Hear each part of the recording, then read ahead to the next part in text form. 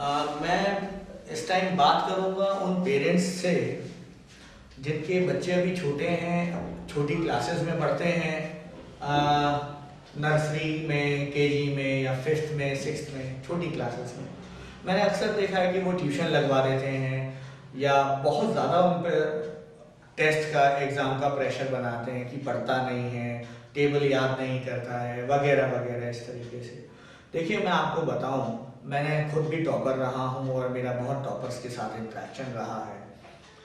तो उसमें समस्या ये है कि हमें छोटी क्लास में हमें बच्चे को इस तरह से ग्रो करना है कि वो बड़े लेवल पर बहुत तरक्की करे और ज़्यादा से ज़्यादा ग्रो करे। और बड़े लेवल पर आप देखिए, लाइफ में रोज एक प्रेशर रहता है। हमें उसके ऊपर छोटी क्लास में स्ट्रेस नहीं डालना है। हाँ, हमें क्या करना है कि वो इस तरह से ग्रो करे कि वो बड़ा होके उस प्रेशर को झेलने के लायक हो जाए। स्ट्रेस बियरिंग कैपेसिटी उसकी बढ़ानी है। हमें उस पर अभी दबाव, छोटे बच्चे पे दबाव नहीं डालना है। कम से कम मैं 10-12 साल तक तो डालने के बिल्कुल खिलाफ हूँ अपने टीचिंग एक्सपीरियंस को लेके। लेकिन मैं इतना जरूर कहूंगा कि दबाव जो है इस लायक बनाए कि वो दबाव झेलने के लायक बने जब बड़े हों। क्योंकि सही मायने में मैंने ऐसा देखा है कई बार कि बच्चे 8 तक तो बहुत अच्छा किया, 6वीं 7वीं 8वीं तक टॉप कर रहे हैं, और जब बात आई आईआईटी की, मेडिकल की, आईएएस की, कैट की, या जीवन में जब सही मायने में कंपटीशन में लड़ने की, प्रोफेशन में कुछ करने की, तब तक वो शारीरिक और मानसिक तौर पर हार चुके होते हैं।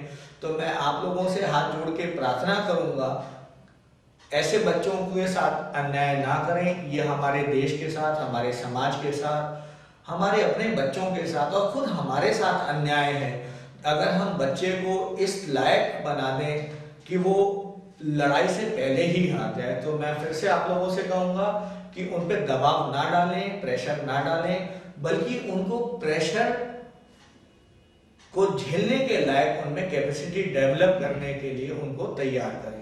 अब सवाल ये है कि उस बच्चे को किस तरह से बनाया जाए दबाव को झेलने के लायक। तो उसमें शुरू में हमें क्या चीजें सिखानी चाहिए। सबसे पहले तो बच्चा शारीरिक रूप से फिट हो, फिजिकली फिट हो। तो मैं इसके लिए आउटडोर स्पोर्ट्स बोलूंगा। बच्चा कम से कम 1 या 2 घंटे, चाहे हॉकी है, फुटबॉल है, स्विमिंग है, टेनिस है, कुछ भी ऐसा जिससे खूब सारा पसीना बहता हो। मैं तो कह रहा हूं अगर कुश्ती भी है तो भी कोई दिक्कत नहीं है, खूब सारा पसीना बहता हो, शारीरिक रूप से वो सक्षम हो जाए, पहली चीज। दूसरी चीज, उसको ज्यादा स्ट्रेस की, टेंशन की, गुस्से की, नाराजगी की, लड़ाई की, झगड़े की, इन ऐसे माहौल से दूर रखना है, शांति के, प्रेम के माहौल में रखना है, जिससे उसके जो ग्रे मैटर है, उसका जो दिमाग है, उसमें तनाव ना हो। ये एक इंपॉर्टेंट पॉइंट है जिसको हमें ध्यान में रखना होगा। मतलब उसका शारीरिक विकास भी हो, मानसिक विकास भी हो।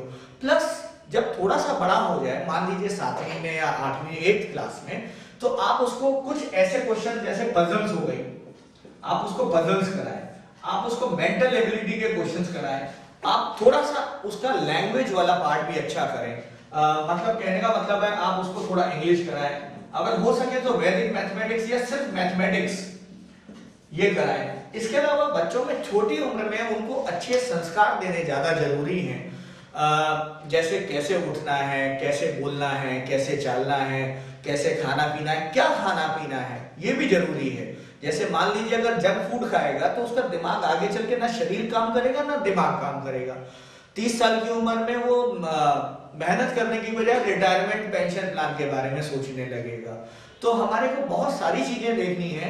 इसके अलावा भी मैं आगे की वीडियोस में बताऊंगा कि हमें बच्चों को और क्या सिखाना चाहिए और किस तरह से सिखाना चाहिए। और एक बात और, इन छोटे बच्चों के साथ व्यवहार जो है वो प्रेम भरा होना चाहिए, जिससे वो खुश होकर सीख सके। कई बार बच्चे के मन में छोटी क्लास में टीचर का डर बैठ जाता है या सब्जेक्ट का डर बैठ जाता है और वो सारी उम्र भागता रहता है। तो हमें डराना नहीं है, उसको ग्रो करना सिखाना है। Thank you.